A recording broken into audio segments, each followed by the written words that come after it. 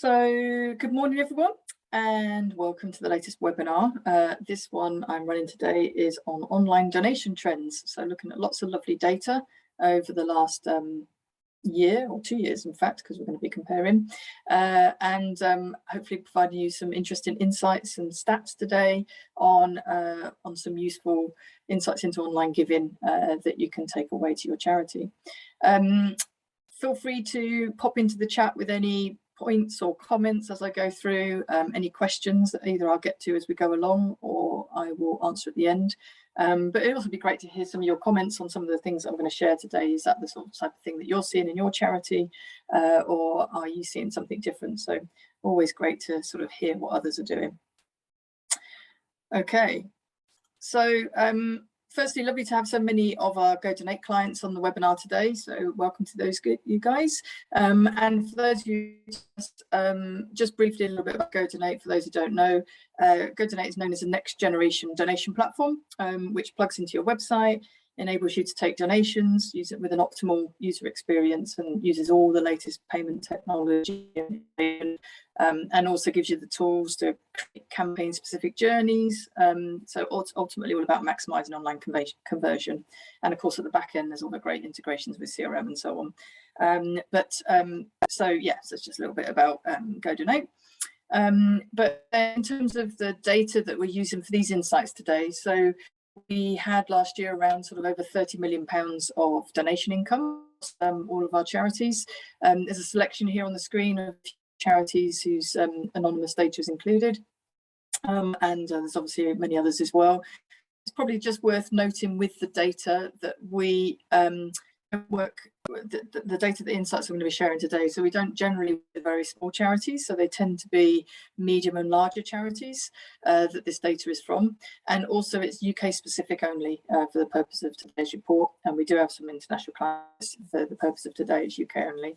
And it's worth mentioning that it is completely anonymous data. So because of that, we're only showing the general trends in giving.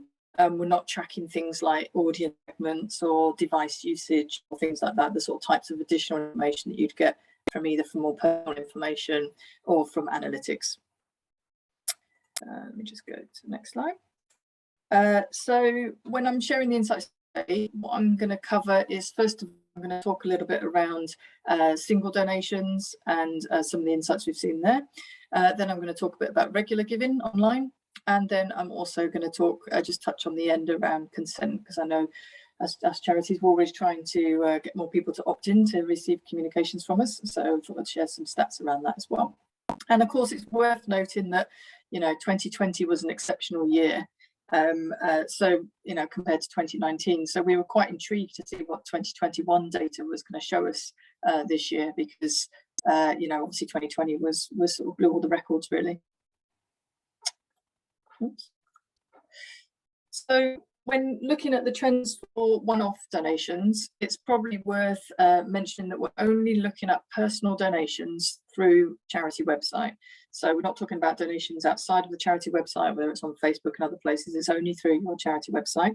And we're only looking at personal donations. So as you can imagine, many charities, when you go onto your website, you'll also have are you paying in fundraising or paying in sponsorship, things like that. So we've excluded that data as well. So it's only personal donations where we can get that information. So just something to know. It's probably worth just sort of saying that year on year, before we got to 2021, we've seen a growth every year. There's always more people donating online. There's always more income. There's always more number of donations as well. And obviously this is when we're comparing charities that have been with us over a number of years, so we can compare year on year. And also 2020, as we know, was a bit of a crazy year with the pandemic, in the sense that because there were so many lockdowns and everything was shut, everybody turned to online. So we saw some massive spikes in terms of online income in 2020, and overall across the whole year, including pre-pandemic, those first 3 months, we saw an overall growth of 115% increase on 2019.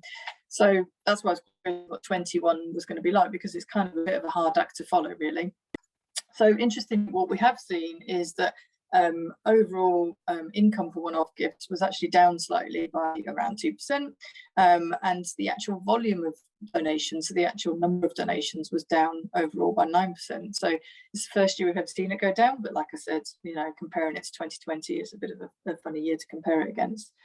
I think what's really interesting about this though is that while less people gave money, we those that did give gave more generously, and I'm going to talk a little bit about the average gift in a bit, because I think there's some really interesting insights there. Also, it's worth mentioning, of course, that as I said, this is personal only, but for those, if we looked at all the data where we include other types of donations that have come through a donation form on a charity website, such as you know, paying in fundraising or, you know, event sponsorship and so on, actually the income does look like it's the same as 2020. So because of course, if you can imagine, back in 2020 there wasn't really a lot of events had stopped, and so we only had virtual events, and in 2021 a lot of them started to open up again, so it's natural that you would see a huge growth in there, and there's more information on that in the actual report. So, I mean, you can see really clearly why donations are down slightly when you look at it on a month-by-month basis, because as you can see here, there's the massive spike around April, May, June time in 2020. And of course, that was when the first national lockdown came into force. And so literally shops were shut, mass participation events like London Marathon were cancelled. So really only digital was the only option. And also around that time, many of our charities launched emergency appeals. So, you know, in April time was sort of the month of launching emergency appeals on TV and on digital, and saying, hey, look, our income's going down, we really need some help. And so we saw a massive spike in online donations around that first lockdown because of that. And actually, as you get towards the end of the year, we also saw Christmas, which I'll talk about in a minute, was also another spike as well. But actually, if you look at the first few months, January to March, you can see that actually 2021 is tracking higher if you look at those first few months. So had it have been a more normal year, we would see then a more typical sort of growth year on year like we normally would. Thought Christmas was really interesting, maybe slightly surprising, but maybe not. Be interesting to hear your thoughts on how you guys felt Christmas was for yourselves. But we did see that overall donations were down for Christmas by around 5% compared to 2020. But actually, the volume of donations was actually quite a lot down by 22%. So again, though, we have to remember 2020. You know, if you recall, I believe the second, so we had 3 national knockdowns, I believe it was. The first one was in that sort of April, you know, time, March, April time, the very first one. But then the second and third national lockdowns were around November, and then of course December as we got into Christmas. So really, again, in those sessions, only digital was readily available to be able to donate. So it does skew the results slightly. It's probably worth saying that, of course, across all of these stats that I'm showing today, if you compare them all against 2021 against 2019, you absolutely see, you know, growth year on year across all areas. I think what's interesting to think about, though, is what will Christmas be like this year? We've got the Men's Football World Cup, of course, and unlike most years where it's normally in the summer, it's going to potentially have a hit this year because it's in Qatar, I believe, so it's too hot to have in the summer, so it's actually get delayed until November. So the Men's World Cup won't start until November, and I think the final is something like on December the 18th. So because of that, as you can imagine, the nation goes very football crazy. So it's going to be interesting to see how that will impact your Christmas campaigns, because there's going to be a lot of media noise, a lot of noise in the media across all channels. So it'd be really interesting to see how that will hit you. We have actually written a blog on how the World Cup might affect Christmas and some tips on there. So maybe if somebody can share that on the chat, then you can have a look at that as well. But definitely something to prepare for this year. So it's going to be quite interesting. Thank you, Gerald.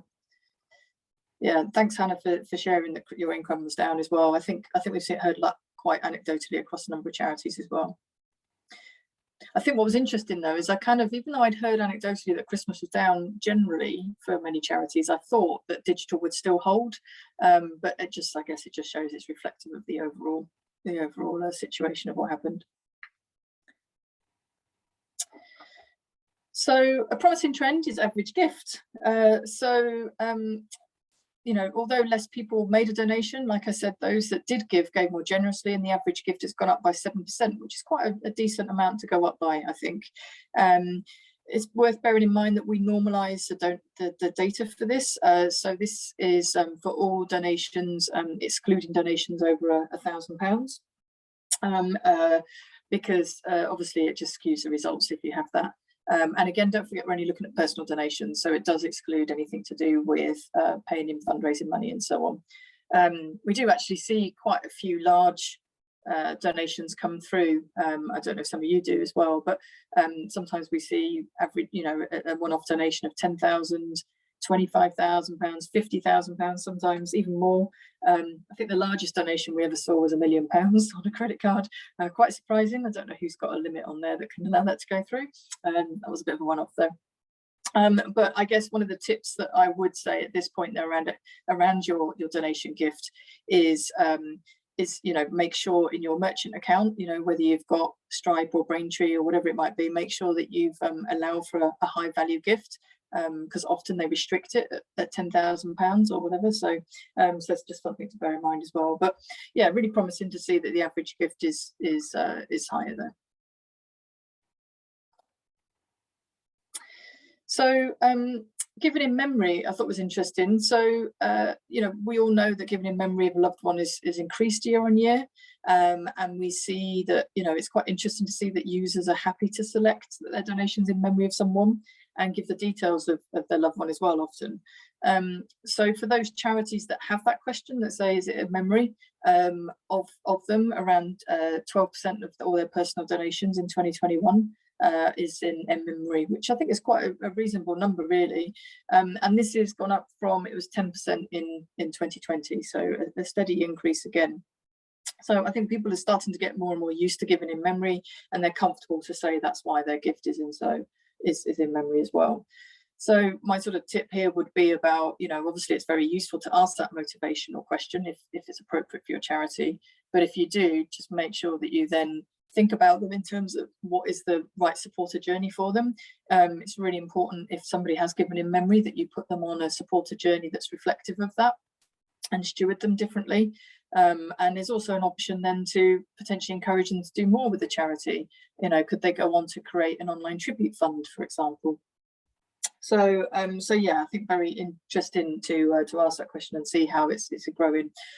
It's also, of course, remember, there's some stats from Legacy Foresight from some quite wide research that shows that those who give in memory are 30% more likely to leave a legacy as well.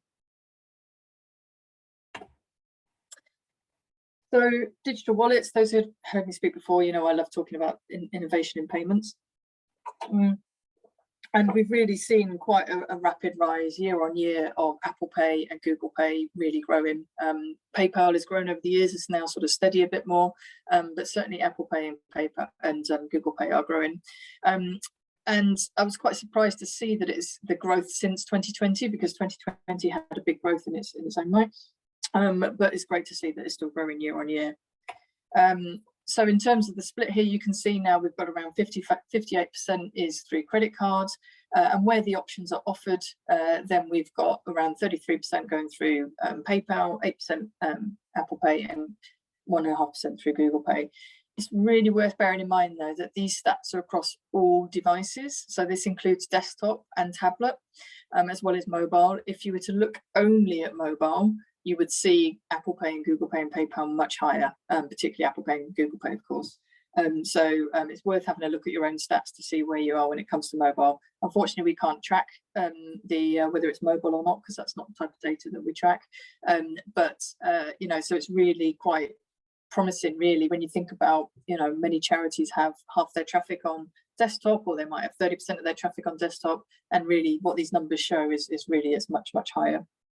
You know, it's worth sort of mentioning, well, why are digital wallets important? Why is it important to have these? Well, from a user point of view, the main reason is around speed of donation. So, the way that we've implemented the digital wallets with GoDonate means that the user doesn't have to enter any of their personal details, so they can donate within seconds just by using their thumbprint or Face ID, and in the background we can grab that data from their digital wallet.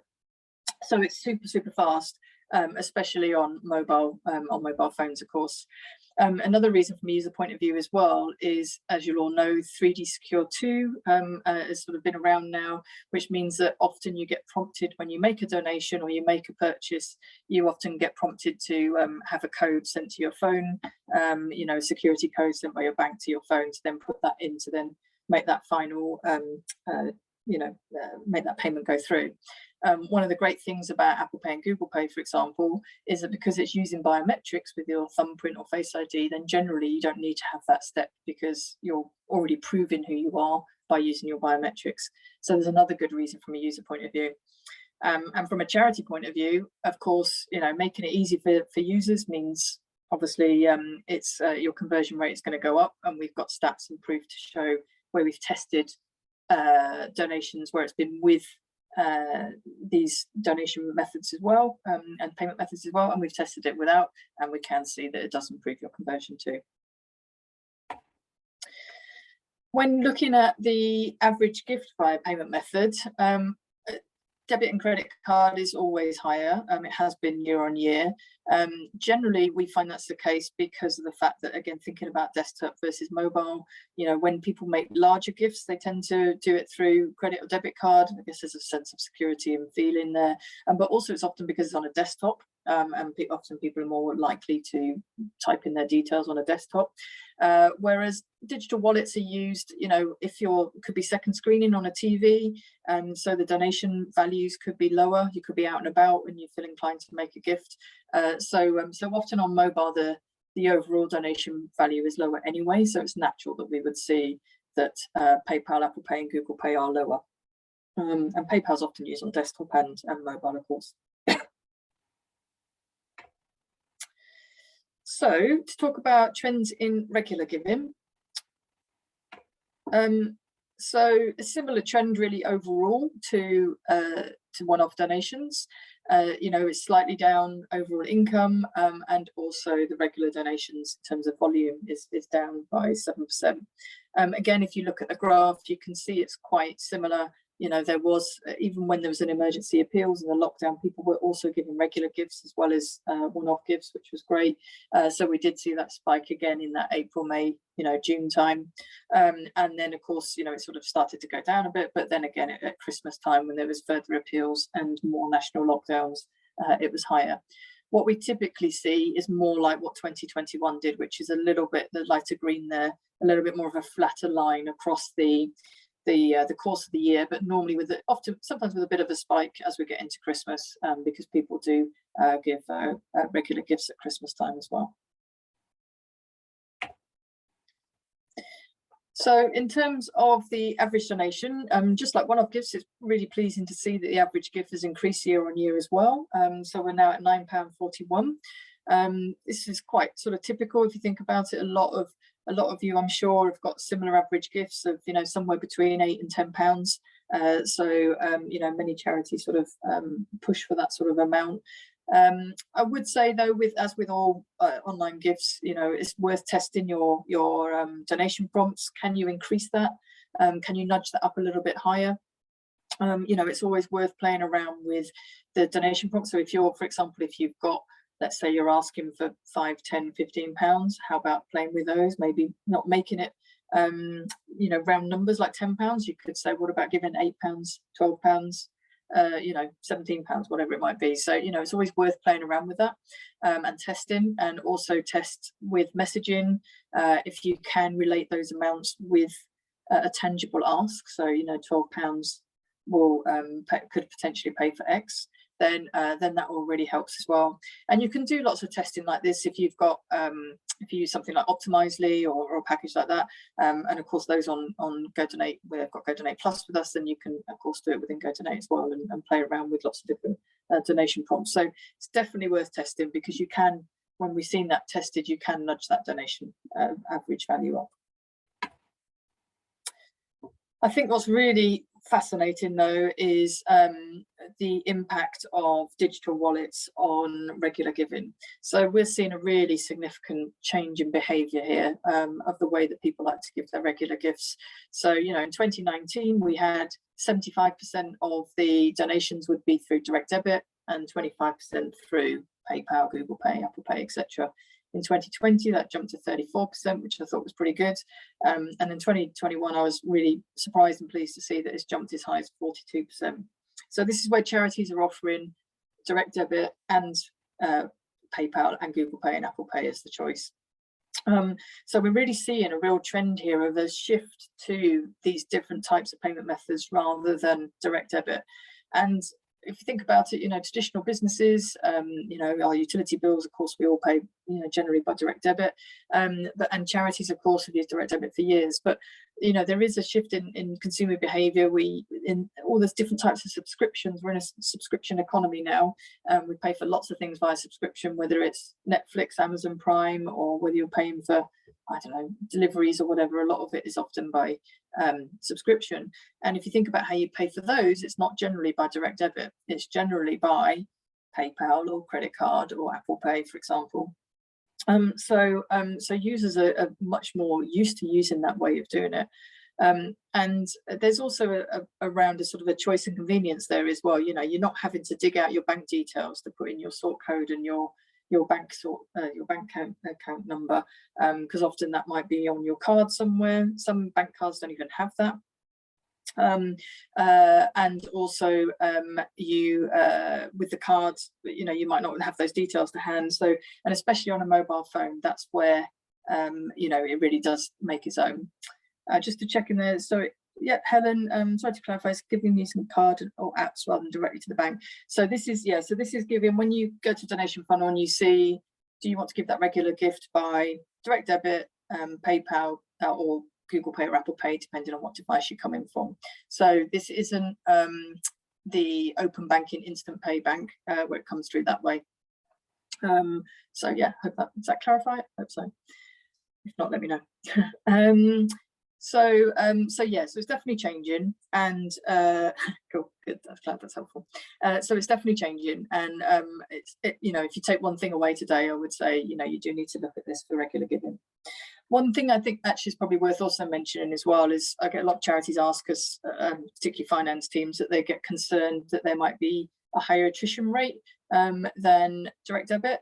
I believe that is the case. There is a slightly higher attrition rate, but not as much as what you might be concerned about. So, for example, of course, if you think about it with PayPal or with Apple Pay, you often have your details kept up to date because you're using that as ways of paying elsewhere anyway. You know, so therefore you are going to keep your details up to date. So therefore, it's unlikely that your charity donation is going to stop. And with credit cards, we tend to integrate at our end with Braintree and Stripe, and the reason why we use those guys is that they've got something called an account updater. So certain banks automatically, if you do get a new debit or credit card, or you know, you've cancelled it and you've got a new one, then it actually then will automatically update. So it's not as bad as you think it is in terms of those ongoing payments stopping. But in terms of looking at the percentage, so just to break that down a little bit more, so of that 42%, it's split between card payments around 21%, PayPal is 15%, and Apple Pay 5%. I haven't unfortunately got stats yet for Google Pay, because Google Pay only started to allow repeat donations or transactions around, I think it's probably about 18 months ago. No, not even that, actually, about a year ago. So so I haven't really got enough data, unfortunately, to share with you, but hopefully by next year we'll have more data, because otherwise it's statistically not enough valid otherwise. But I should imagine from what we have seen so far, and similar to one-off, that Google Pay will be slightly less than Apple Pay, of course. But I think what's really fascinating is the average gift by payment type, regular giving, because you know, what is interesting is that direct debit is actually the lowest out of the different options. You know, card is nearly twice as much as direct debit in terms of the average gift. PayPal is also pretty good, it's just slightly higher, and Apple Pay is definitely higher as well. So that's really exciting, I think, you know, what is there not to like? You know, you're giving more choice by having this, and you're also getting a higher average gift. So, you know, if there's one thing, like I said, you take away, then definitely look at this. Just a note on the data. So we've with this amount, we've normalized the data again to say anything under £1,000 gift. I know that sounds really high, but it's surprising. We do occasionally get some charities that give over £1,000 regular as a monthly gift. So yes, we just normalize the data there to make it good. Now, I know though the only thing I would say is, of course, that implementing all these lovely digital wallets, it can be quite costly and expensive to build and also maintain. So, you know, it's something you have to weigh up as well. Obviously, little plug for GoDonate, it's obviously all built and part of the platform for those clients who use it will know that. The last point really is around marketing consent. So I wanted to touch on this because consent, we all know, is important for us charities to, you know, so we can keep on sharing the work that we do and continue the engagement and with the supporters over time. So we actually do quite a lot of work sort of testing consent around messaging and positioning and improving the sign up. And it does, I will say, it's quite interesting looking at the data, but the desire to opt in from individuals and supporters does vary quite a lot on a charity by charity basis. But overall, though, this is what we're seeing.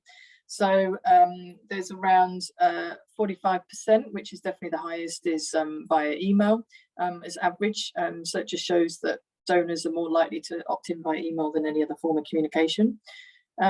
Post is also higher than phone and SMS, but that's not probably unsurprising because, of course, many charities implement it as an explicit opt-out rather than an opt-in. So, you know, for those charities that don't, sort of those individuals rather, that don't really read it and just don't tick any of the boxes, then you might find that you get some that opt in by post almost because they just didn't tick the box to say opt-out.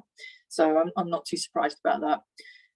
One thing we have seen, though, is a trend over the last sort of 12 to 18 months of charities reducing the number of options in terms of consent, to whether it's just email or just email and post.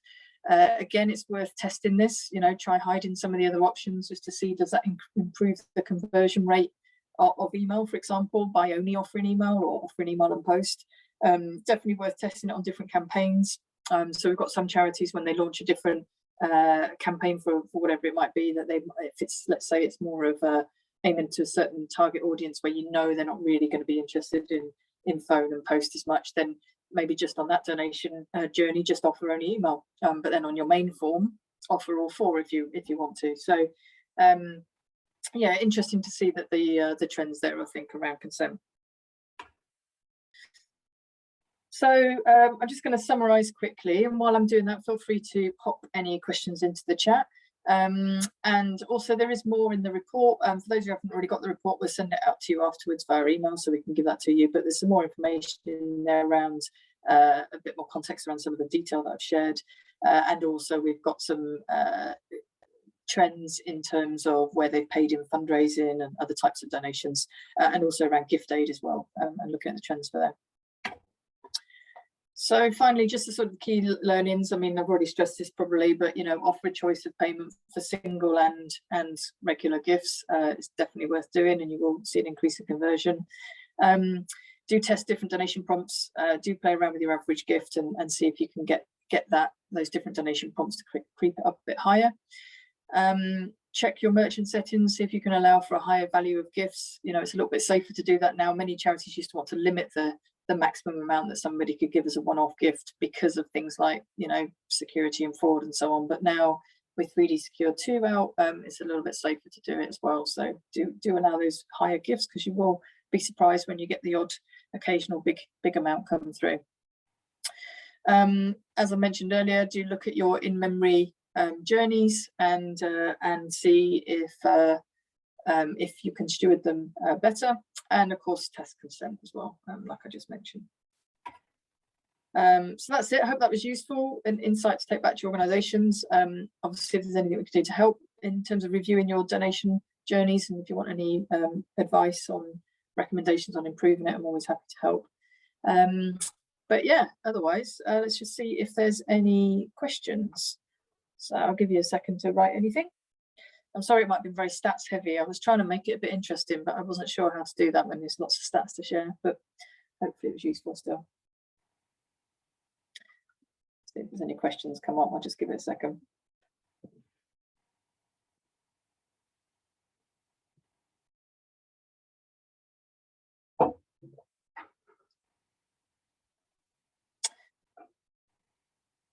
No, I've all blown you away with all these stats then. Okay, well, hope that was useful, and we'd also send through the recording of the session as well. So if you do want that, oh, good, lovely to see some points that you found it useful. Good, that's what I like to hear. All right, great. Well, have a lovely morning, everybody, and I will speak to you all soon. Take care of yourselves. Thank you.